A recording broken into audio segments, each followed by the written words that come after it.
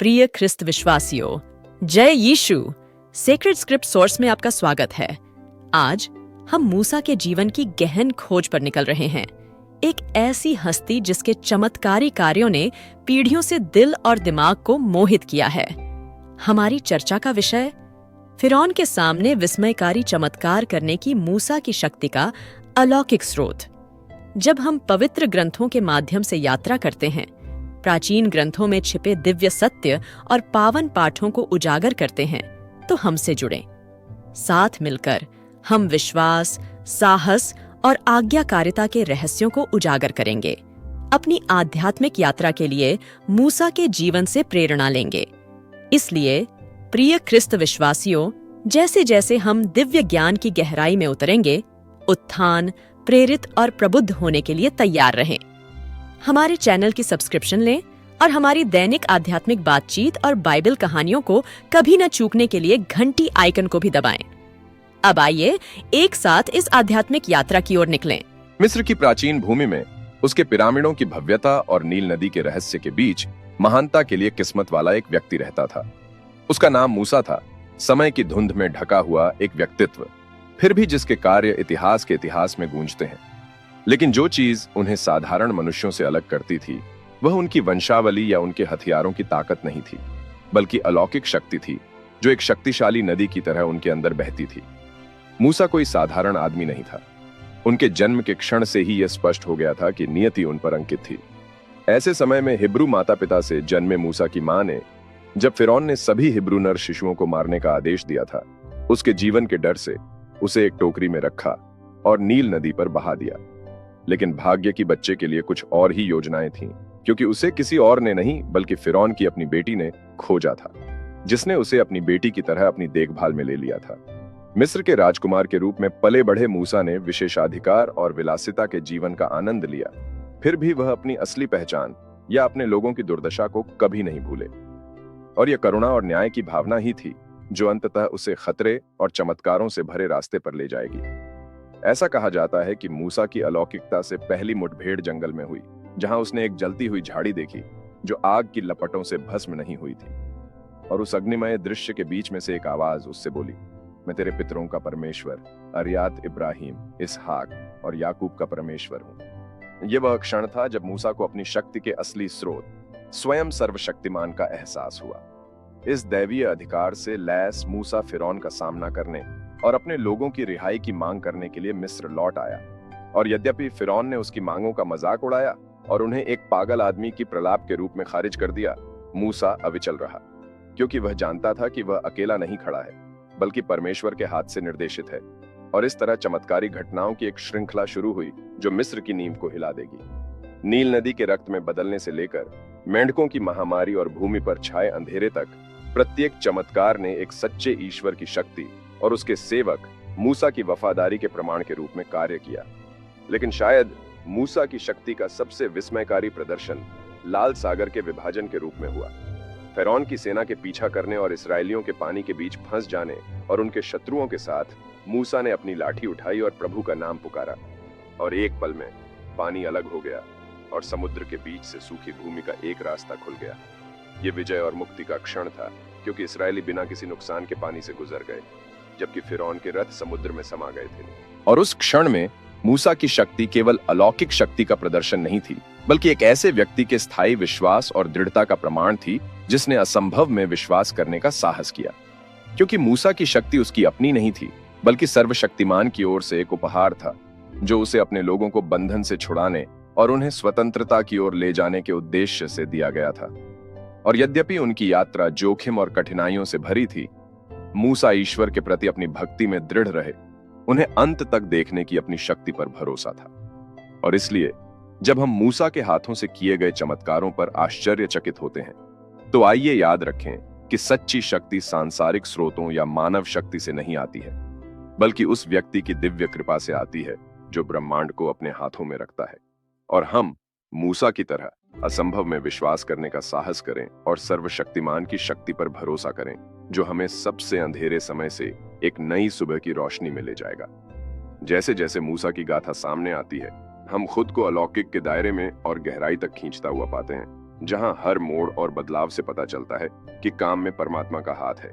मूसा के लिए यात्रा अभी खत्म नहीं हुई थी, क्योंकि उसे एक अंतिम परीक्षण का सामना करना पड़ा, जो न केवल उसके विश्वास का बल्कि उसकी शक्ति की सीमाओं का भी परीक्षण करेगा। लाल सागर को चमत्कारिक ढंग से पार करने के बाद मूसा इसराइलियों को जंगल में ले गया, जहां वे 40 वर्षों तक भटकते रहे। इस समय के दौरान मूसा को ईश्वरीय मार्गदर्शन और निर्देश मिलते रहे, क्योंकि उसने सिनाई पर्वत पर ईश्वर के साथ संवाद किया था। यह सिनाई पर्वत पर था कि मूसा को 10 आज्ञाएं प्राप्त हुई, नैतिक कानूनों का एक सेट जो आने वाली पीढ़ियों के लिए इजरायली समाज की नींव के रूप में काम करेगा।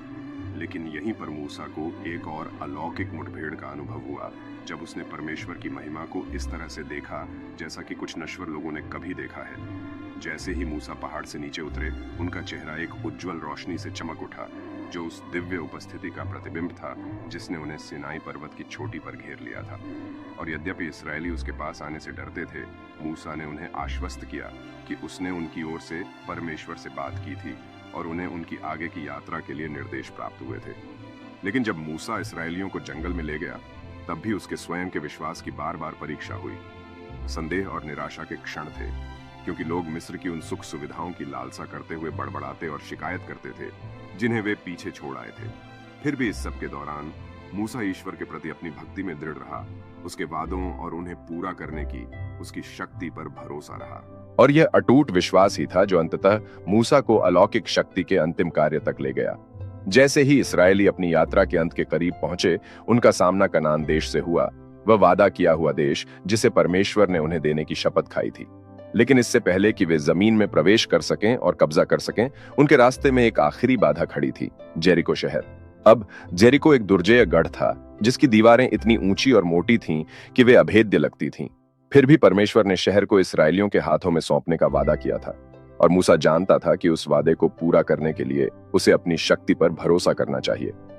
और इसलिए युगों तक गूंजने वाली अलौकिक शक्ति के प्रदर्शन में मूसा ने जेरिको की दीवारों के चारों ओर 7 दिवसीय मार्च में इसराइलियों का नेतृत्व किया। 7वें दिन जैसे ही लोगों ने जय जयकार की और तुरहियां बजाईं, दीवारें ढह गईं और नगर उनके हाथ में दे दिया गया। यह विजय और विजय का क्षण था, क्योंकि इसराइलियों ने सबसे बड़ी बाधाओं पर भी विजय पाने के लिए अपने ईश्वर की शक्ति को प्रत्यक्ष रूप से देखा था। और जैसे ही उन्होंने वादा किए गए देश में प्रवेश किया, मूसा को पता चला कि उसका मिशन पूरा हो गया था। उसकी शक्ति और अधिकार की पुष्टि उन चमत्कारों से हुई जो रास्ते में हर कदम पर उसके साथ थे। लेकिन जब मूसा इतिहास के पन्नों में दर्ज हो गया, तब भी उसकी विरासत जीवित रही और आने वाली अनगिनत पीढ़ियों को प्रेरित करती रही, क्योंकि उनकी कहानी केवल प्राचीन चमत्कारों की कहानी नहीं है, बल्कि विश्वास की स्थायी शक्ति और ईश्वर की असीम कृपा का एक प्रमाण है, जो उन लोगों के जीवन में चमत्कार करता है जो विश्वास करने का साहस करते हैं। और इसलिए जब हम मूसा की शक्ति के अलौकिक स्रोत पर विचार करते हैं, तो आइए याद रखें कि यह धर्म ग्रंथों के पन्नों या इतिहास के पन्नों तक ही सीमित नहीं है, बल्कि आज भी दुनिया में जीवित और सक्रिय है। क्योंकि वही परमेश्वर जिसने लाल सागर को विभाजित किया और जेरिको की दीवारों को गिराया, वह अभी भी हमारे जीवन में काम कर रहा है और उन सभी के लिए बड़े और छोटे चमत्कार कर रहा है जिन्होंने उस पर भरोसा किया है। बिल्कुल। जैसे जैसे हम मूसा की दिव्य कथा और उसकी अलौकिक मुठभेड़ों में गहराई से उतरते हैं, हमें न केवल ईश्वर की शक्ति की याद आती है, बल्कि उन शाश्वत नैतिक पाठों की भी याद आती है जो युगों युगों तक गूंजते रहते हैं। क्योंकि मूसा की कहानी केवल प्राचीन आश्चर्यों की कहानी नहीं है, बल्कि पवित्र ग्रंथों में पाए जाने वाले स्थायी सत्य का एक जीवित प्रमाण है। मूसा के जीवन में हम विपरीत परिस्थितियों में विश्वास, साहस और आज्ञाकारिता के महत्व को देखते हैं। प्रतीत होने वाली दुर्गम चुनौतियों के बावजूद मूसा ने ईश्वर पर अपना भरोसा कभी नहीं छोड़ा, यह जानते हुए कि उसकी शक्ति उसके रास्ते में आने वाली किसी भी बाधा से अधिक बड़ी थी।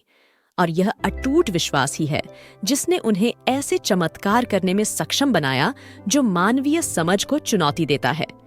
लेकिन मूसा की कहानी सिर्फ एक आदमी द्वारा किए गए चमत्कारी कार्यों के बारे में नहीं है। यह उन लोगों के जीवन में ईश्वरीय कृपा की परिवर्तनकारी शक्ति के बारे में भी है, जो ईश्वर की इच्छा का पालन करना चुनते हैं। जिस तरह मूसा को इस्राएलियों को बंधन से बाहर निकालने और स्वतंत्रता की ओर ले जाने के लिए बुलाया गया था, उसी तरह हमें भी पाप की जंजीरों से मुक्त होने और पिता परमेश्वर के प्रेम की रोशनी में चलने के लिए बुलाया गया है। जब हम मूसा की शक्ति के अलौकिक स्रोत पर विचार करते हैं, तो आइए हम उन सबकों पर भी विचार करें जिन्हें हम अपने जीवन में लागू कर सकते हैं। आइए हम मूसा के विश्वास और साहस का अनुकरण करने का प्रयास करें। ईश्वर के वादों पर भरोसा रखें, तब भी जब आगे का रास्ता अनिश्चित लगता है।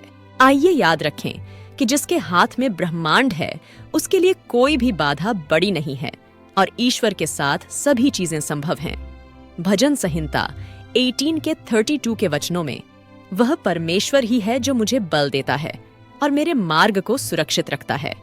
जिस प्रकार उसने मूसा को कल्पना से परे चमत्कार करने के लिए सशक्त बनाया, उसी प्रकार वह हमें हमारे सामने आने वाले हर परीक्षण और क्लेश पर विजय पाने के लिए भी सशक्त करेगा। और इसलिए प्रिय दर्शकों, मैं आपसे दिल थामने और पवित्र ग्रंथों में पाए जाने वाले दिव्य सत्य को पकड़ने का आग्रह करता हूँ। बाइबल के पन्नों के माध्यम से हमारी यात्रा में हमारे साथ शामिल हों, क्योंकि हम उस पावन ज्ञान और शाश्वत सत्य का पता लगाते हैं जिसने सदियों से मानवता का मार्गदर्शन किया है। हमारे चैनल सेक्रेड स्क्रिप्ट सोर्स को सब्सक्राइब कर लें, जहां आपको दैनिक बाइबल वार्ताएं और कहानियां मिलेंगी जो आपको प्रेरित करेंगी, उत्थान करेंगी और आपकी आध्यात्मिक यात्रा के लिए प्रेरित करेंगी। आइए हम सब मिलकर आस्था के रहस्यों की गहराई में उतरें और उन प्रचुर आशीर्वादों की खोज करें जो उन लोगों का इंतजार करते हैं जो अपने पूरे दिल, दिमाग और आत्मा से पिता परमेश्वर की तलाश करते हैं। पिता, पुत्र और पवित्र आत्मा के नाम पर आमीन। जय यीशु।